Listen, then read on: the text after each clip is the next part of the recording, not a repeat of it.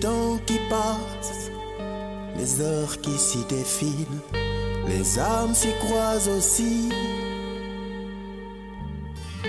Des choses s'y disent, des histoires aussi s'y écrivent. Il y a du beau, il y a du laid, il y a tumulte puis silence. Dis-moi l'ami, as-tu connu l'amour? L'as-tu saisi par toutes ses forces? Dans les brisures, as-tu su cueillir des perles? Sans mêler à point de beau. Dans chaque décombre, il y a espoir saut. Dans chaque tumulte, il y a silence. Zamano, Zama. Zamano, Zama. Le temps qui tasse, les heures qui s'y câlinent, les flammes y croissent aussi. Des choses s'y disent, des histoires aussi s'y écrivent. Sans donner à point de beau. Dans chaque décombre, il y a espoir saut. Dans chaque ténèbre, il y a lumière saut. Dans chaque tumulte, il y a silence.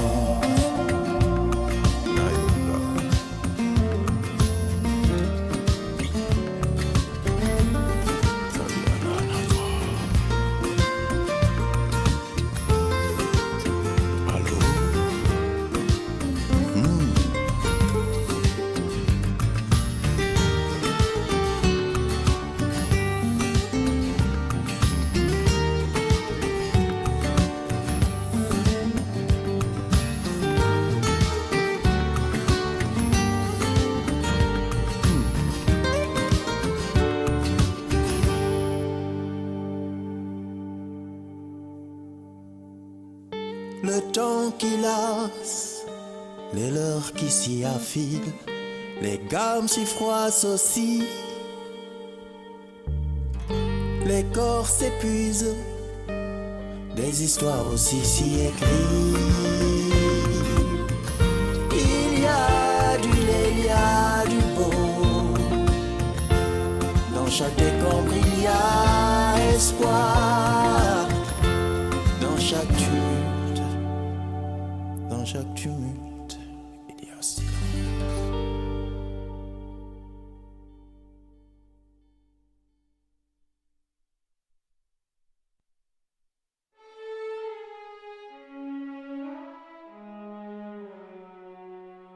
Et si le faut, je créerai mes cieux et mes terres pour mieux t'aimer, mon paradis. Mets le soleil pour t'éclairer.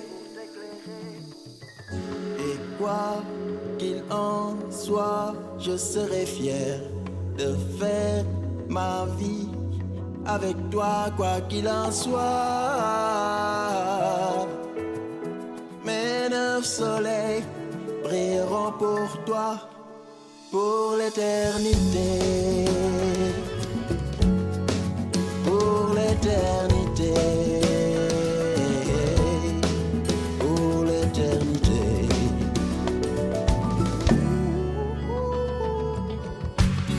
Bëgg naa la, waaw walaay ni sopp naa la. Guddi gi demee bay xaar, kër ga biddew yey la misoo. Mësuma foog ne bés dina ñëw nga dem sa yoon. Yaa yoo yaa, baby oh,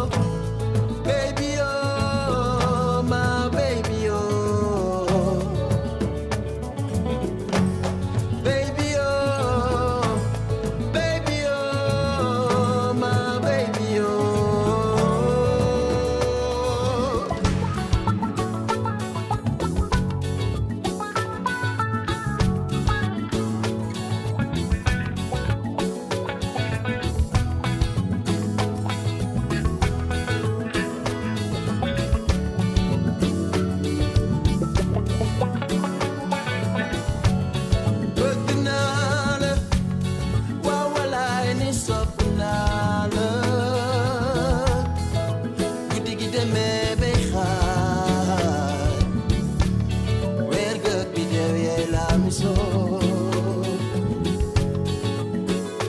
musuma foog ne bés dina ñëw nga dem sa yoon yaayo yaay baby oh baby oh my baby oh baby oh baby oh my baby oh baby oh baby oh my baby oh balma jéggal ma yow balma jéggal ma toogoon naa di xool gisuma woon yow sama yaay booy toogoon naa di xool gisuma woon yow sama baay booy daw ne àddina bi yow war na ma yow daw ne àddina wooy àddina bi yow war na ma yow ni war na ma kon ma toogoon yow toog di xool gisuma woon sama yaay booy toogoon naa toog di xool yow baal ma yow jéggal ma sama bakkan moo ma reeral sonal ma yow baal ma yow jéggal ma sama bakkan moo ma reeral sonal ma man rek si naa ñëpp a tukki ñëw seen yaay teeru leen ñëpp a tukki ñëw seen baay teeru leen man ma tukki ñëw mu mel ni gént la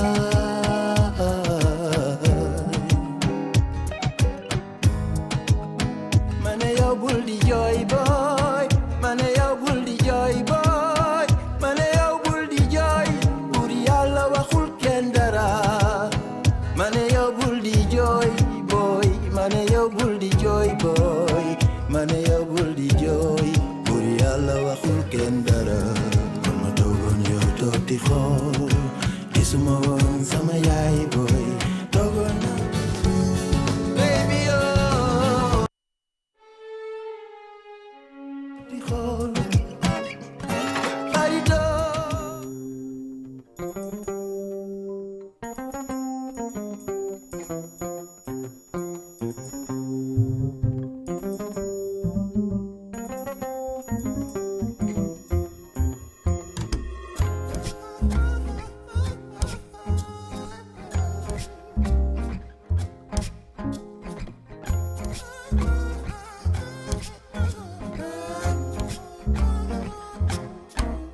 baby yaa tey daagul fu la neex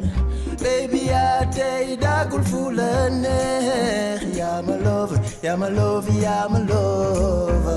yaa ma love yaa ma love yaa ma love yaa ma love yaa ma love yaa ma love yaa ma love yaa ma love yaa ma love mbëggeel ci boppam am na lu mu àndal mu di ngóor ak kóllëre yërmande ñëw tegu ci xol bu set ñu ànd ku nekk di soog sa morom ku nekk seedoog sa morom benn ndab rek lay doon kër gu mu taaju day neex dafay set call me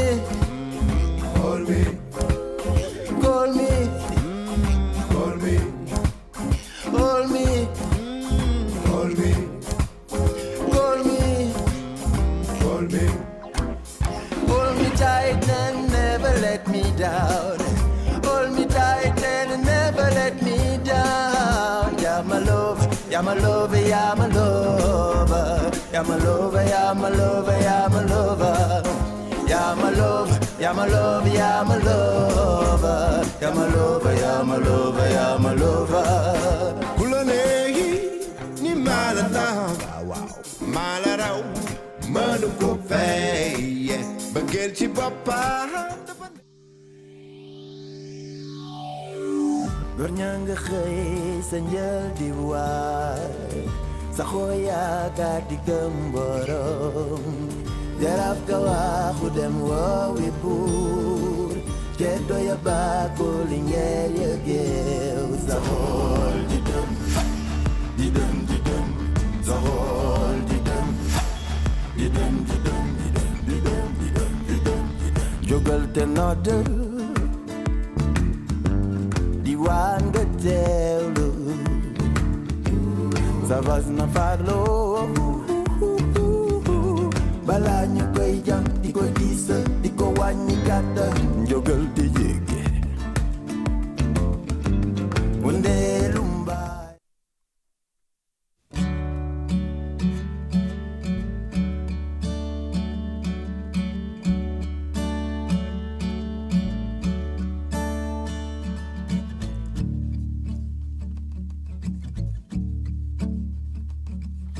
As the smoke flies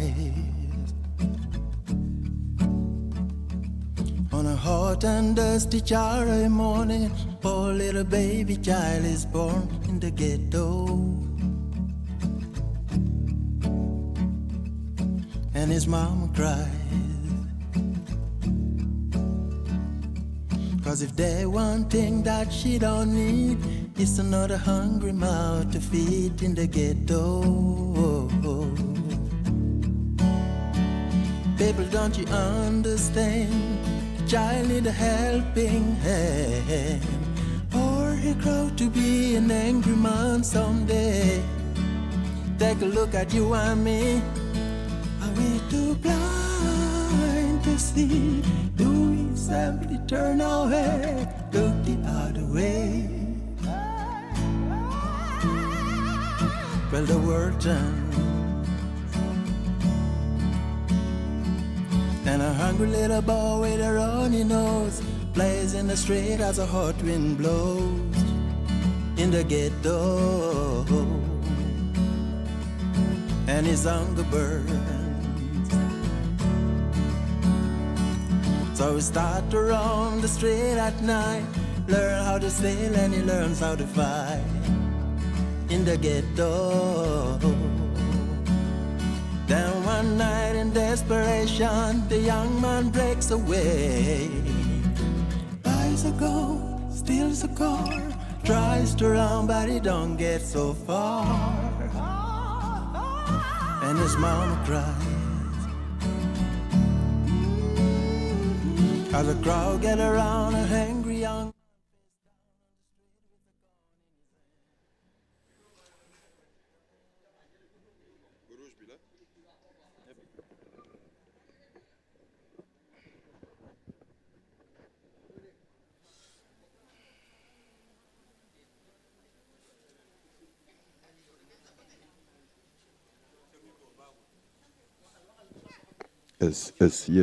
yeah.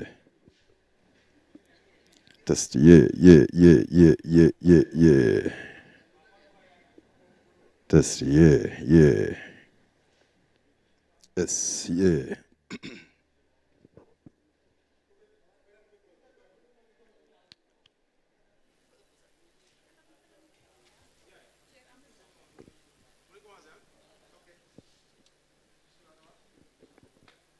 ci balaa dara damay naan salaamaaleykum di leen siyaare yéen ñëpp ku nekk ma jaar si sa tur ak si sa sant jox la sama loxo di la siyaare et puis di leen béggee bu baax a baax waaw tey jii nag dañu waxoon séance d'écoute parce que daanaka bi mu ñëwee ba léegi ñu ngi nekk ci benn liggéey boo xam ne waaw tey la yàlla def mu waaw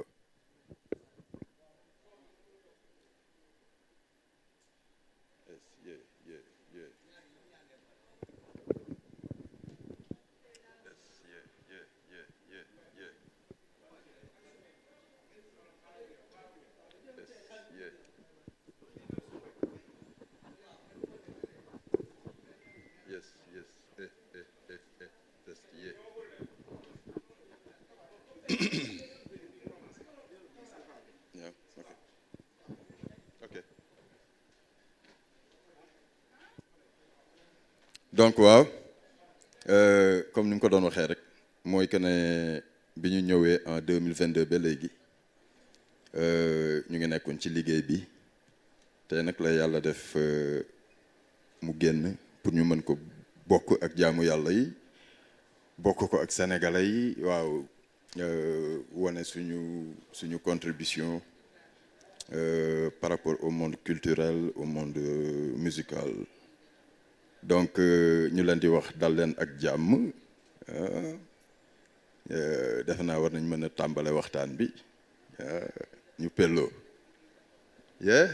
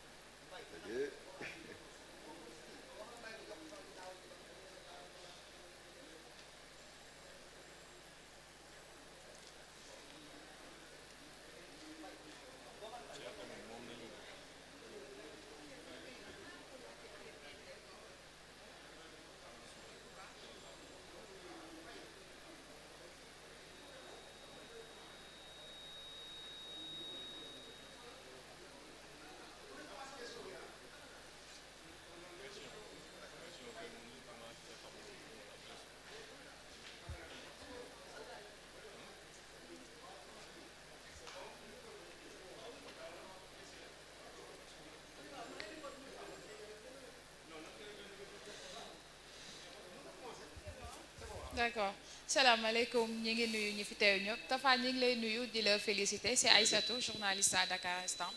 alors yaa ngi koy wax léegi ci sa biir yi wax bi ngeen ñëwee en 2022 ba léegi yéen a nga nekk ci liggéey bi waaye bëggoon nañu xam fan la Tafa nekkoon parce que daan nga bégal askanu Sénégal daan nga bégal képp koo xam ne day déglu musique donc ci ay woy yu am solo li koy firndeel rek mooy titre bi nga woyoon ki nga xam ne moo di Cheikh Ibra mu nekkoon son bu cartonné boo xamante ne macha allah jusqu'à présent nit ñi dañ koy déglu pour door waxtaan bi rek balaa ñoo dugg ci li nga xamante ni moo di séance d'écoute bi Tafa fan la nekkoon. waaw Tafa mu ngi nekkoon ba Belgique benn instant parce que en 2016 laa fi mujjee mais bi ma ñëwee def naa 4 mois laa fi def après fekk 1er juin je crois bien quelque chose comme ça c'était le début du Ramadan yàlla def nattu que ne balaa ma doon ñëw sama goro dafa amoon cancer en phase terminale donc benn instant li ma nekk fii sama séjour 4 mois yëpp moom mu ngi nekkoon ci benn barzak mën nañu wax loolu donc après bi mu laaxoo fekk weeru koor bi ñëw ma ne je vais en profiter ma dem taxawu sama soxna après ñëwaat léegi nag li yàlla di def mooy à chaque fois te yàlla ay jëfam ay ngëneel la bi ma demee après yàlla nattu ma feebar amoon ñetti hernie si sama dos ñaari hernie cervicale ak benn dorsale donc après benn instant pratiquement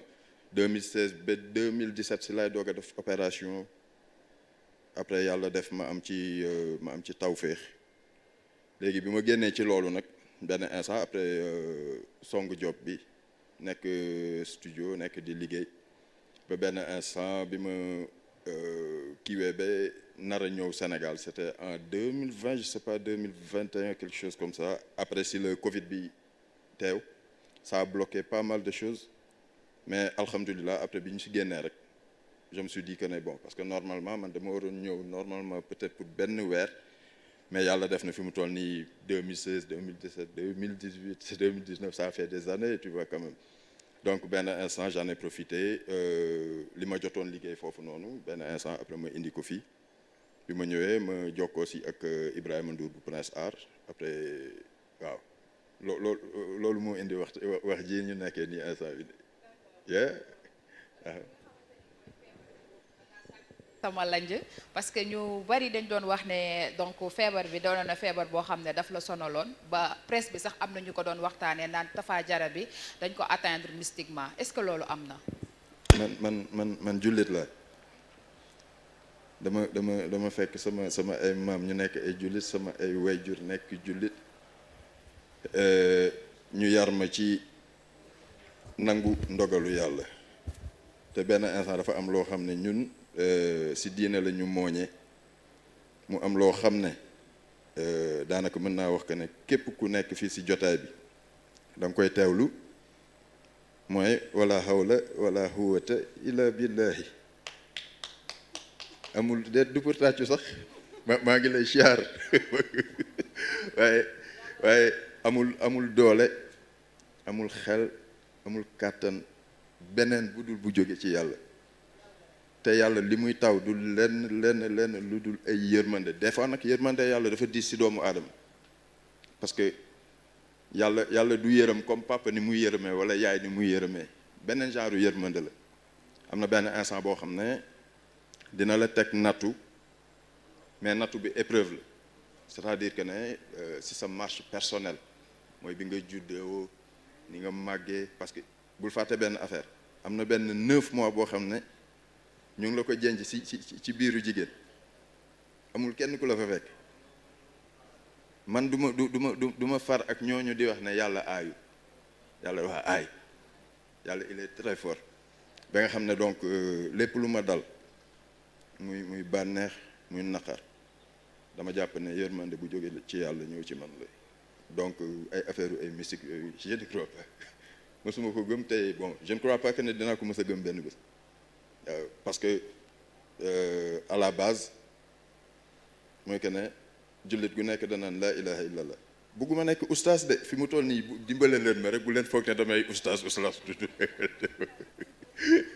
dama xam ne rek soo waxee laa ilaha illallah ba pare nga waaw mënoo wax ne waaw yàlla rek ko mën ba pare après nga teg si waaye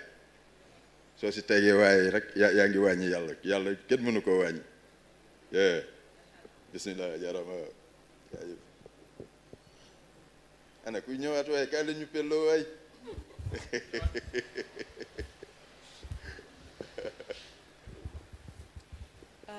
Je suis Amy Ngom, journaliste à RFM. En fait, je voulais savoir pour nga ñëwaat un petit peu ci li waral tey ji nga génne ab album wala nga xawal ñu décortiquer la parce que j'imagine que war nga am message boo xamante ne yaa ngi koy lancé jaarale ko ci bile album. Effectivement bon parce que am na xam nga bi nga juddoo sa papa ak sa yaay am fu ñu la jaarale ci toppatoo ci taxawu ba dugal la école mooy que ne li ñu ñaan yàlla mooy que ne nga jeexal cycle bi yëpp ba ñoom li nga xam ne moo doon seen bëgg-bëgg ak seen aspiration ci yow loolu mat waaw mais dafa am lenn loo xam ne mooy sa papa ak sa yaay li ñu bëgg ci yow am na leneen loo xam ne nag loolu lan la yàlla bëgg ci yow loolu beneen wax la ba nga xam ne bi ñu def suñu ay études bi ñu demee ba secondaire premier cycle secondaire si lañ commencé di fowantoo guitare mais dafa nekkoon rek benn xeetu passion ñu nekk di ko foowee xam nga affaire u xale rek bi ñu demee ba lycée muy gën di prononcé wu di dem ba benn instant nag boo xam ne moo la moom instant boobu nag day nekk benn moment bu extraordinaire parce que d'une certaine manière tu es attiré par benn affaire boo xam ne ça va beaucoup plus dans le sens de l'émotionnel parce que art émotion la art subjectivité la c'est-à-dire ay yëg-yëgu biir la mais yëg-yëgu biir yooyu noonu pour nga mën ko accorder avec la réalité réelle sa papa ak sa yaay bi leen gënal mooy si la réalité réelle mooy nga am taxawaay mais comme li mu la wax mooy que ne jaam bu nekk soo juddoo li nga xam ne moom la yàlla ëmb ci yow sooy màgg lay commencer di génn duñ ne nii rek ne kii lii la déedéet c'est au fur et à mesure ngay progresser ci life si ngay commencer di entrevoir bon ci loolu nag loolu moo ñu xiiroon ci musique ñu dugg si benn instant bi ñu si dugg ñu foog ne suñu bëgg-bëgg bopp la dem ba benn instant nga xam ne lii moo la mag lii moo la jiitu fii du sa morom parce que am na tey fi mu toll nii peut-être émotion yoo xam ne doomu aadama yi ñu ngi koy dund yow artiste dafay dem benn instant boo xam ne tu deviens benn genre espèce su benn canal boo xam ne sans pour autant t'en rendre compte da ngay aspirer les émotions des gens da ngay aspirer les pensées tu vois d'une certaine manière et c'est pas quelque chose de personnel su nekkoon personnel kon nit mën ko ndamoo waaye lii nit mënu ko ndamoo parce que c'est ultra personnel c'est pas benn affaire boo xam ne man la Moustapha Diouf tu vois mais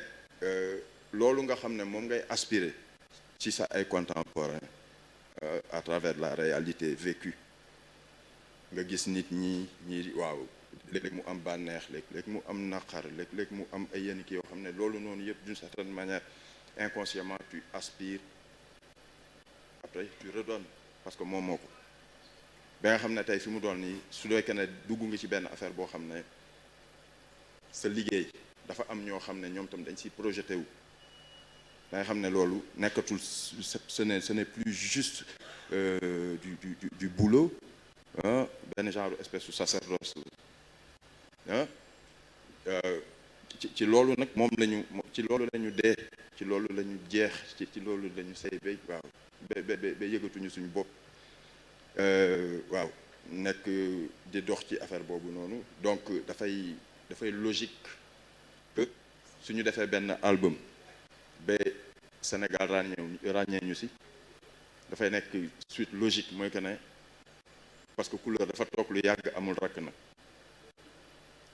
dafa jot benn instant Couleur am rakk xam nga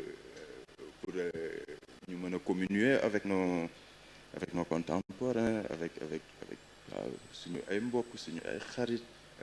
suñu ay am di jàmm suñu ay dëkkandoo parce que foofu la ñu yàlla boole xaw ma ndax sama réponse doy na la je sais pas soo moytu je me suis un tout petit peu dama xaw a feey ba jéggi kii ba waaye gis nga yeah ana kuy ñëwaat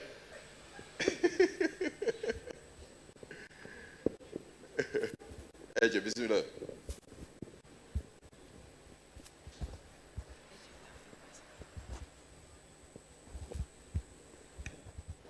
salaamaaleykum. Tafa si Tafa Badji du journal L'As Quotidien. jaaraama jaajëf.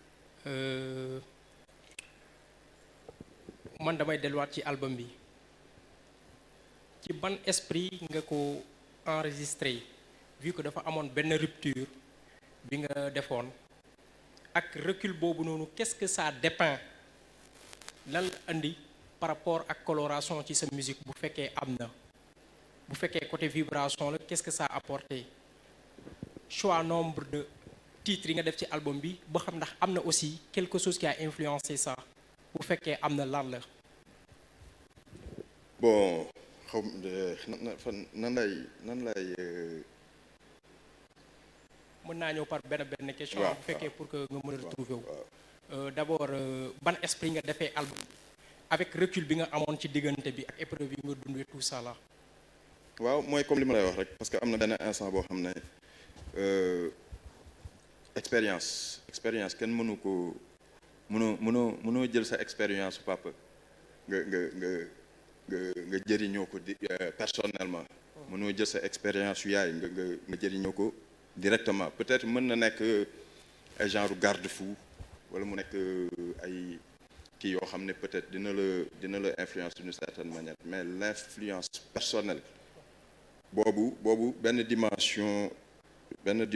individuelle la te comme li ma doon wax sànq mooy que ne mënoo ñëw di way kontaan te xamal lan mooy kontaan il faut nga dund ko mënoo woy métit te xamoo lan mooy métit sinon soo ko defee da ngay théâtre xam nga c'est pas vrai pour que la chose soit authentique pour que la chose soit vraiment substantielle il faut que si jaar-jaar yi nga xam ne moom ngay jaar pour man loolu moom mooy matériaux les matériaux fondamentaux yi nga xam ne ñoom ñooy tabax art parce que comme ni ma la ko doon waxee sànq monde art benn monde bu subjectif la tu vois mais ça tend vers l'objectivité étant donné que ne mënoo nekk naan damay woyal sa bopp sooy woy da ngay woyal sa bopp ba pare mais da ngay woyal sa ay morom tamit tu vois donc allure bi nga xam ne mooy allure nouvel album bii nii pour man benn suite logique la boo xam ne par rapport ak couleur tu vois nga ñëw xam nga après nekkaat ci même tendance bi ak peut-être beaucoup plus d'engagement artistique donc noonu lay mën a répondre question bi quoi. ba xam ndax nombre de titres yi nga choisir parce que la plupart du temps artistes yi dañuy am embarras de choix par rapport ak pour constituer benn album nombre de titres yi nga choisir pour sa album bi ba xam ndax am na lu ko influencé bu fekkee am na lu ko influencé lan la bi ma nekkee Belgique bi ma kii nekk commencé tàmbale projet bi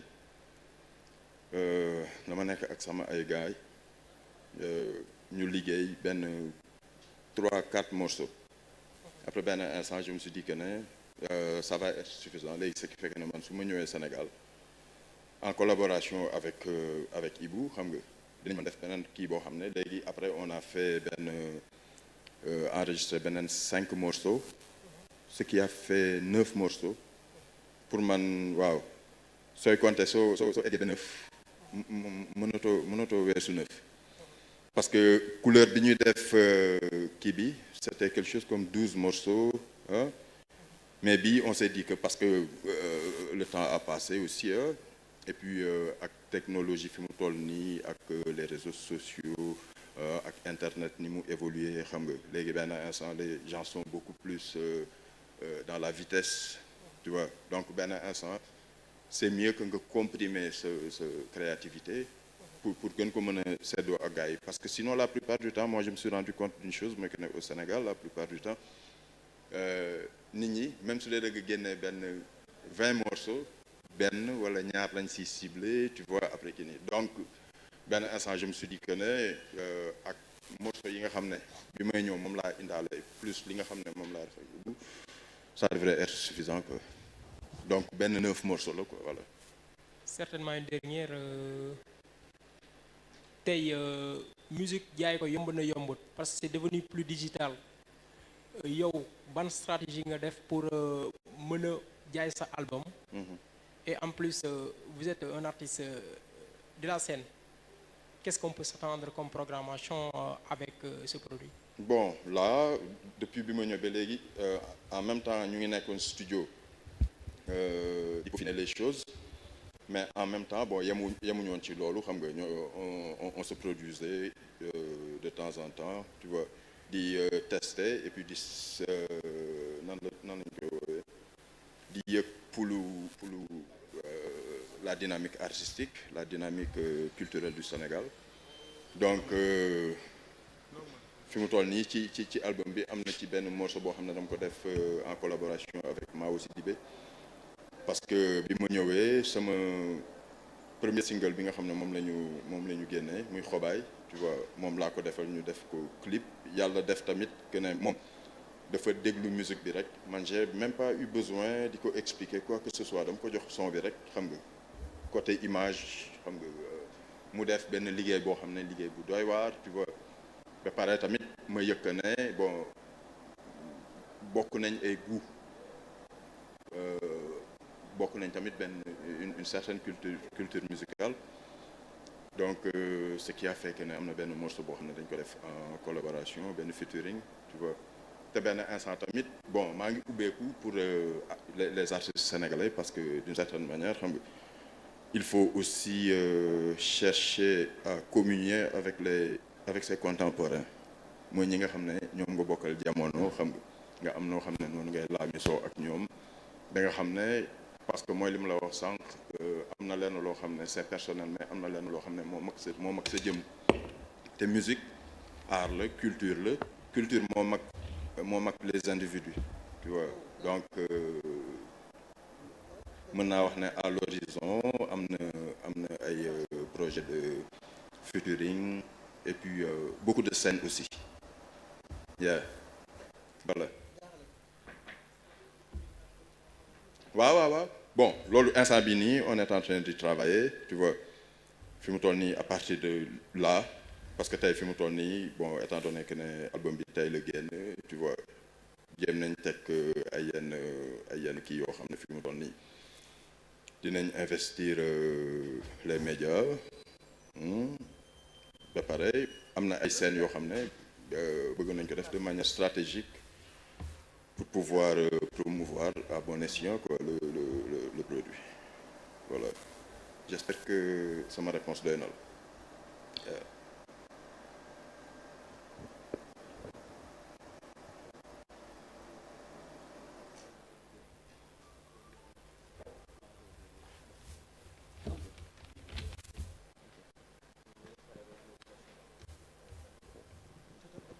kan moo amaat question fii yaay seen question yi tuuti na de mu ne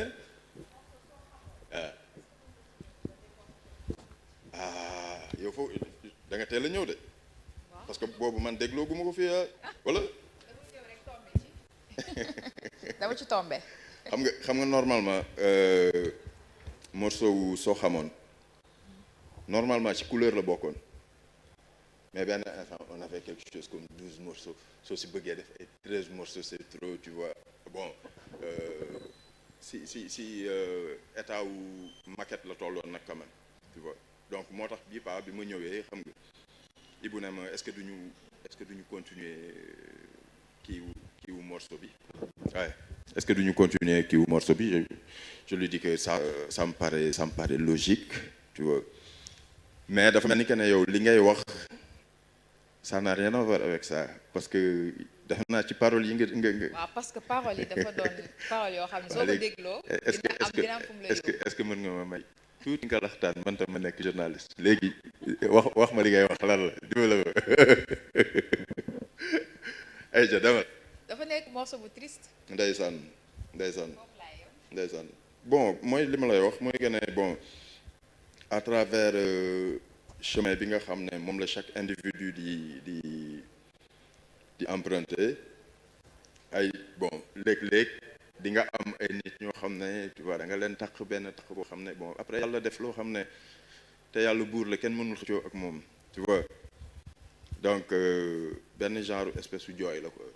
noonu laa ko mën a résumer pour mu bañ a gudd bu kii noonu parce que man tam ma tërërët soo xamoon benn jooy la quoi voilà sauf yow journaliste ah waaw album bi nag mu ngi tudd Jaaraxma léegi su dee dañ ko comprimé nekk jaaraama léegi jaaraama la mooy sant yàlla parce que waaw mbir mi benn genre am na tukkiwu biti waaye am na tukkiwu biir tamit tu vois nga xam ne année bi nga juddoo am na ñu juddoondoo ak yow te génnuñu année boobu am na ñoo xam ne nattu dal na leen wala dab leen ñu feebar boo xam ne waaw benn instant mooy loolu donc tey yow soo demee ba am tey foo xam ne peut-être que ne egg nga fa ak nu mu mënti demee rek mooy gars yi li ñuy wax naan alhamdulilah ala kulli haal waaw muy que ne ak li la neex ak li la naqari yëpp waaw sant yàlla moom moo nekk à la base tu vois donc loolu moom moo tax ma jël album bi tuddee ko Dia Rahma parce que chez les Rasta Dia c'est yàlla soo demee ci arab yi Arrahman moom mooy yàlla suñu borom waaw donc noonu laa kiiwee pour tuddee album bi jaarama c'est une certaine manière de rendre louange à Dieu mais alhamdulillah voilà